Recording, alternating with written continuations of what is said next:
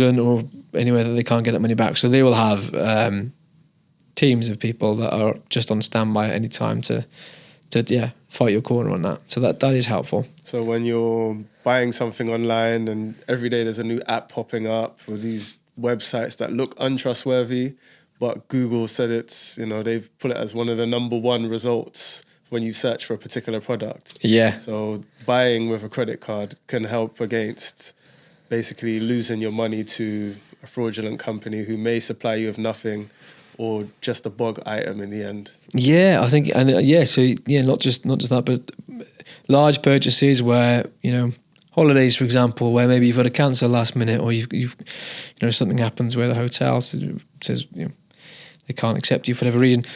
Larger purchases where you're a little bit worried about spending that much money. Again, credit card, fantastic for that because of the protections that are in place in case you need to get that money back. So if you go to a hotel and you're in dispute with the hotel over a booking and you say, you booked for a day, they don't have any rooms for you, they've downgraded you, you can also take that up with your credit card. Yeah, exactly. And then they'll act pretty quickly on your behalf then.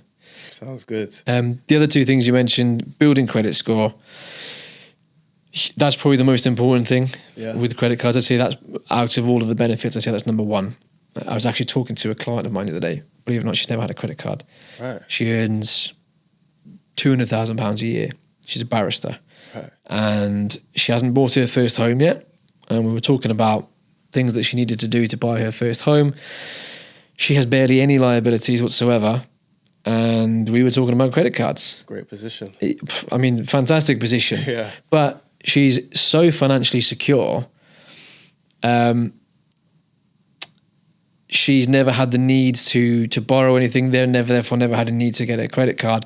And lenders are a bit nervous of that because there's no demonstration of managing debt. Someone who's never really had any, I guess, challenges with money and never had to get a credit card, never had to take a loan out. She's even got her phone on pay as you go. Nice. So she doesn't even have a contract with a phone company to demonstrate repayments.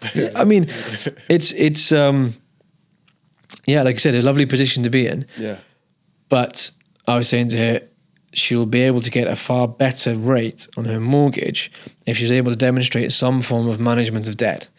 And a credit card is probably the best way to do that because it's the most manageable way that you can do it in terms of make a few purchases a month on it, clear it off at the end of the month. It's a very easy way to just build a credit score. And then all of a sudden she'll be offered more lenders will offer to it and they'll offer her better interest rates as well. So she is thinking about buying a property now. Yeah. This is why you've had this conversation. Yes, yeah. I mean, I don't want you to get into too much detail with it, but is it a really expensive property that she's looking to purchase? Not particularly, no. Between her and her partner, I think they're looking somewhere between the 350 to 450 range. So it's above UK average price, which is just under £300,000. So in earning £200,000 a year herself, and obviously her partner's earning something as well, why would she take out a mortgage and why would she not pay it all off in cash when it's possible she could save £100,000 a year quite easily? Yeah, she could. I think they are keen to pay off the mortgage as quickly as they can, but they don't have that cash readily available, and it would probably take them a good few years to save up that amount because they like to spend as well. So that money does tend to get, they save enough to max out their pension contributions, which I would say is extremely important thing for her to be doing.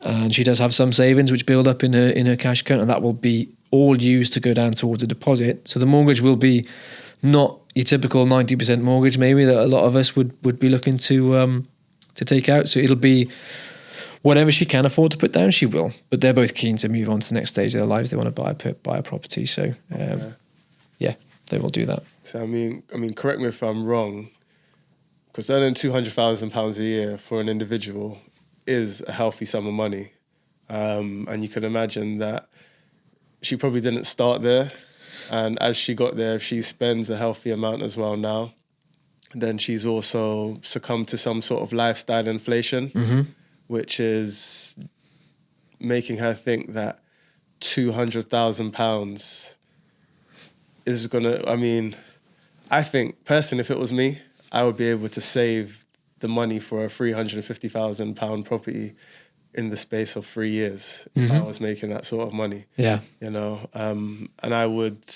probably recommend it to anyone to just, if you can make that such money, buy it outright. Because even any mortgage, no matter what, they're always trying to get the best interest rate out of you. And her mortgage will possibly be maybe, what is the lowest mortgage they offer? Maybe like a... She's probably going to find a mortgage around about 4% probably. 4%? Yeah. And over how many years?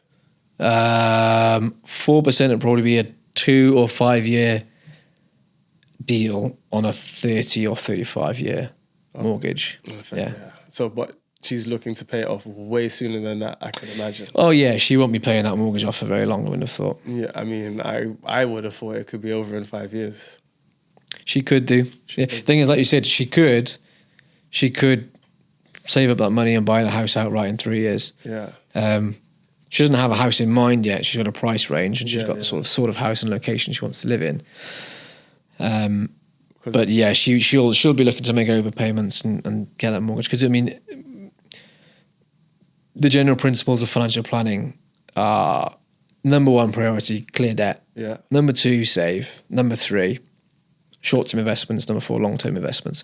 So yeah, we'll be ticking those off in order. So clearing as much debt as we can without having to pay any penalties. Yeah. Making sure her savings are all topped up, and then it's ISAs and pensions after that. Okay. But no, you are right, and she didn't earn that from the beginning. She's a good example, to be fair, of someone who's done well to keep her spending relatively modest. Yeah. Her spending hasn't gone crazy. She's not spending everything like some people just keep spending what they earn. Yeah. And no matter how much they earn, they just chase this lifestyle that just runs away with them. Exactly. Yeah, no, she's not like that. She sounds like she's in a great position, and it obviously takes the right mindset to even... She is, yeah. And it costs £200,000. She's got her business expenses. Yeah. So she'll write some of those £200,000 that she would earn as a sole trader. Yeah. She's got some expenses come off the top of that. She's got her tax. Yeah. So her net income by the end of the year, she certainly has a very comfortable living, and she's able to make good contributions to her savings and her pension.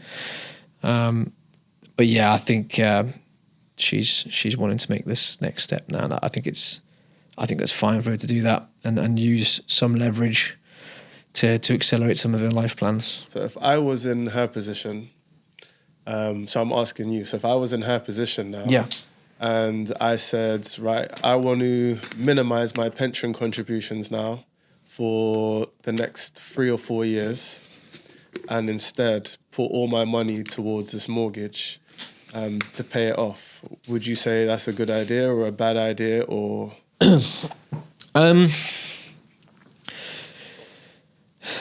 It's a personal preference thing, because mortgages and pensions, you can stack them up side by side, and you could say, right, a mortgage is going to be a